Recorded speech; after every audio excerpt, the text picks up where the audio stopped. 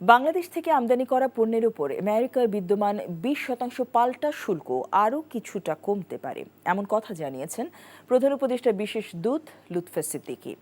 দুপুরে রাজধানী foreign service একাডেমিতে সুইজারল্যান্ডের দাভোসে অনুষ্ঠিত ওয়ার্ল্ড ইকোনমিক ফোরামের সম্মেলনে বাংলাদেশের অর্জনগুলো তুলে ধরতে আয়োজিত সংবাদ সম্মেলনে তিনি কথা জানান।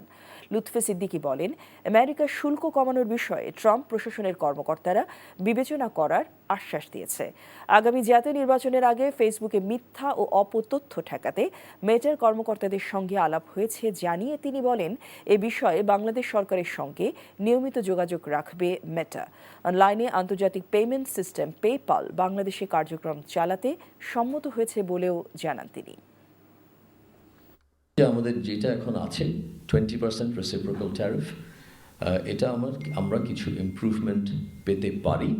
ওনাদের মনোযোগটা আমাদেরকে, বিশেষ করে ওনাদের বলতে হল প্রেসিডেন্ট ট্রাম্পের অ্যাটেনশনটা লাগবে, because ultimately the decision is by him. PayPal নিয়ে অনেক বছর ধরে বাংলাদেশে অ্যাটলিস্ট আলাপ হচ্ছিল।